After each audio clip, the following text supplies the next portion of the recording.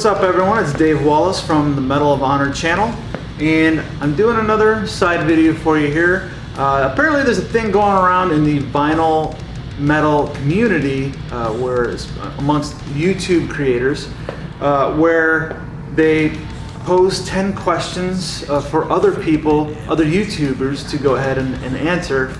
And Liam over at Death Doom Metalhead channel, he posted a video with 10 questions and asked others in the community to answer them as well. Matt Paradise, he did a great video on it, of course. So we're trying to expand, I guess, get a group of people who are all getting involved in this kind of stuff. It's a lot of fun actually. So these are 10 questions that he has proposed, and I'm going to do my answers to them here. 10 questions that pertain to my channel, my vinyl collection, and me. So without further ado, so question number 1 was, why start a YouTube channel? Well, the simple answer is I love talking about metal, and I don't require anyone else to do this. So it's something that I kind of get lost in and to pour myself into. I've always been into talking heavy metal with anybody, and I've had podcasts in the past and that sort of thing. Video is all very new to me. I've only been doing this for 2 months, and like the week that I put out my first episode was the week I figured out how to use the video editing program. So yeah, I'm still learning stuff every day. I'm messing with things and going, ooh, what does this effect do? So yeah, I'm still learning stuff, but I just love talking about music, and I love the fact that this gives me an excuse to research bands. I love reading books about bands, watching documentaries about bands. It's just a major part of my life. I was a musician for a long time, and I do kind of miss it sometimes. And so this is kind of a different artistic outlet for me. As you know, I'm an artist in many different formats, and this is just another avenue that I get to work with. So it's a lot of fun for me. So yeah, that's why I have a YouTube channel. Number 2 is, do you have a go-to subgenre? I don't really know if I could say that, because I love a lot of different subgenres, and it really all just depends on the mood that I'm in. I would have to say that if there's a go-to as far as metal goes, if it's kind of a when in doubt, always go to classic metal, like on satellite radio. I can always put on Ozzy's Boneyard. I know that I'm going to hear classics like Maiden and old Metallica and Ozzy and cool stuff like that. But as far as like the subgenres and the subgenres, yeah, I don't really have one. One day I'm really into black metal, the next day I'm really into death metal, then the next day I'm into thrash, and suddenly I'm listening to Motley Crue and Poison one day. I mean, it just depends on my mood, really. So not one subgenre, but if I was gonna name something, I'd say just classic metal in general. Number 3 is one genre that you can't wrap your head around. Now, when Liam answered this, it sounded like maybe he meant to say subgenre. I wrote it down as genre. I'm not sure if I missed something, because if there's genres of music that I can't wrap my head around, there's plenty of them. I don't get jazz. I don't get rap, hip hop, most rap. I just say I do like the Beastie Boys. Shh. I don't get country music. A lot of that stuff, it just doesn't make sense to me. I'm a metal fan. But if it was subgenres, at first I thought it was subgenres, and I started thinking about that, and I was gonna answer as, no, I really like them all. But then I thought of, wait a minute, folk metal. Folk metal is stupid. Who the fuck puts an accordion in heavy metal music? It makes no sense to me. I don't like folk metal. Sorry if you like folk metal, that's cool for you, but it's just not for me. Number 4 is one thing that you would change about your YouTube channel. I don't know, if I could get paid for it, make a living off it, that'd be great.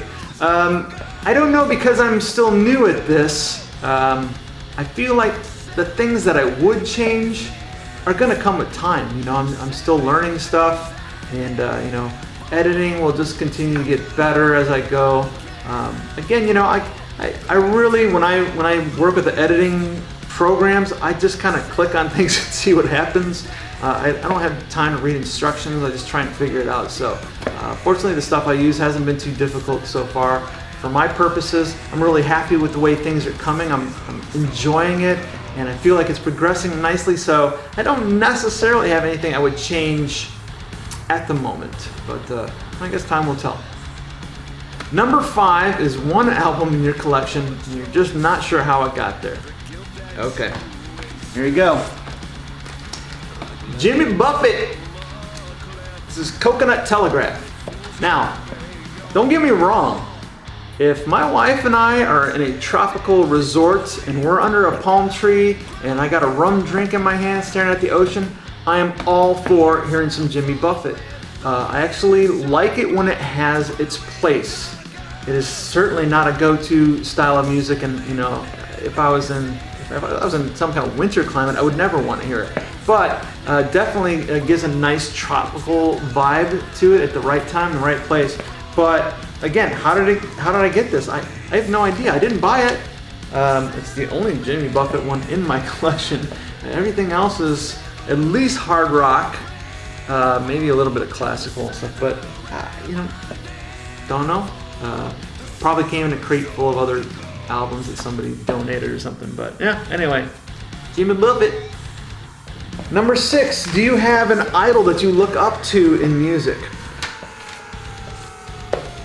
No, I mean, again, so many different influences, so many different kind of bands that I like, people that over the years have influenced me as a musician.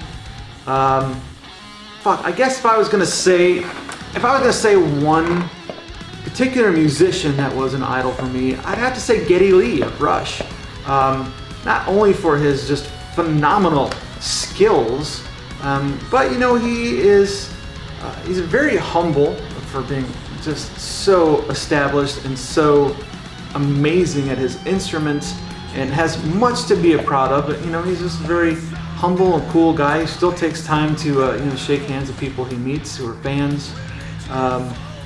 Definitely Geddy Lee. If I'm going to put somebody up there, it's going to be him. Number 7 is a desired album that is not in your collection.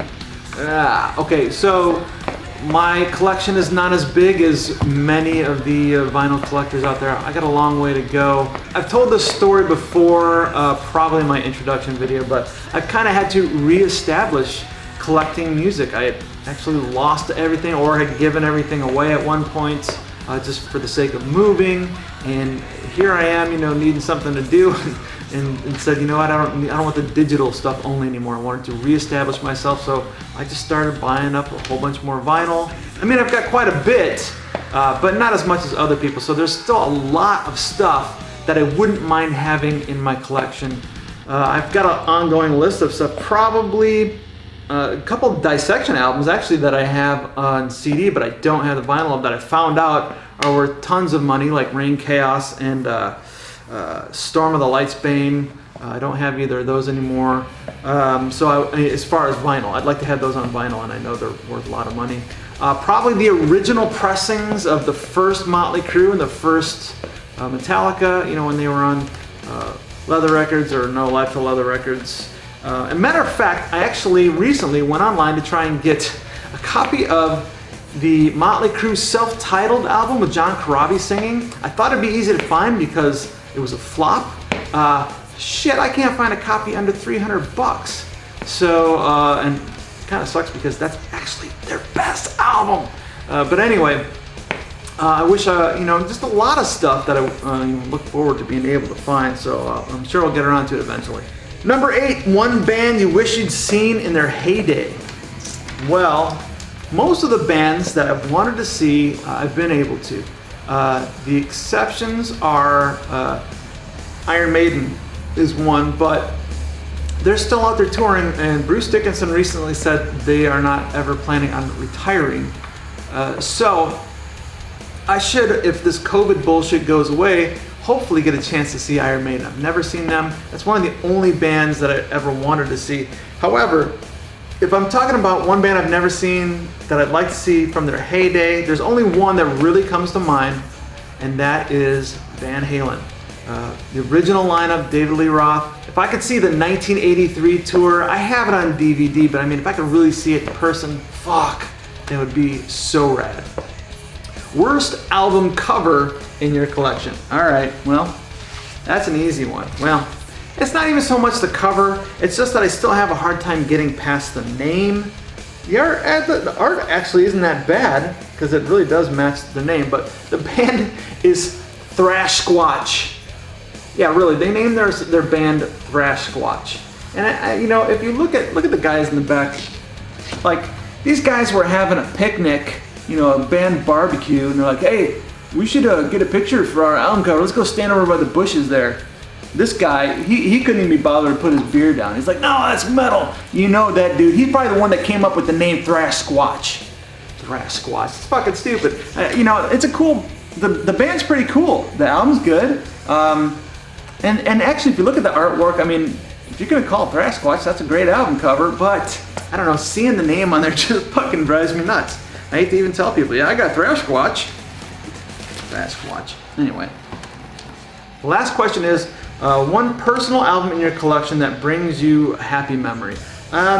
You know, that was a kind of a weird one to think about, but I actually just recently did my first episode of 6 albums actually had the answer, and that was Dawkins Tooth and Nail. Just because this was the album that really got me into, you know, metal as far as, you know, a variety of different stuff, and bands that I didn't know of because they weren't really that big on MTV. And if you watch my episode of 6 Records, you'll see that I talked about how, you know, it has to do with young lust as well. Being young and, you know, being horny 24/7. And you know what, actually that doesn't change when you get older. I'm still horny 24/7. But it just kind of brings back, you know, memories of youth and summer days and yeah, and the girl next door. That's kind of a fun little thing. So anyway, that's it. Number 1, Dawkins Tooth and Nail, as far as my personal happy memories in my metal collection. All right, so that's it, Liam. I hope you're satisfied with this, and you know, maybe sometime in the future I'll try and come up with my own set of 10 questions for all you guys to answer. If you don't subscribe to my channel, stop fucking around, hit the subscribe button, then go to Death Doom Metalhead, subscribe to his channel. Don't forget Matt Paradise, subscribe to his channel. All kinds of shit you can check out. This can keep you busy all day long. If you like this kind of stuff, send me a message. You can put a comment down here or just send me an email to medalofhonorshow@gmail.com. And that's gonna be it for now. I'll come up with some more shit to record soon. Until then, keep the horns up, keep the needle down.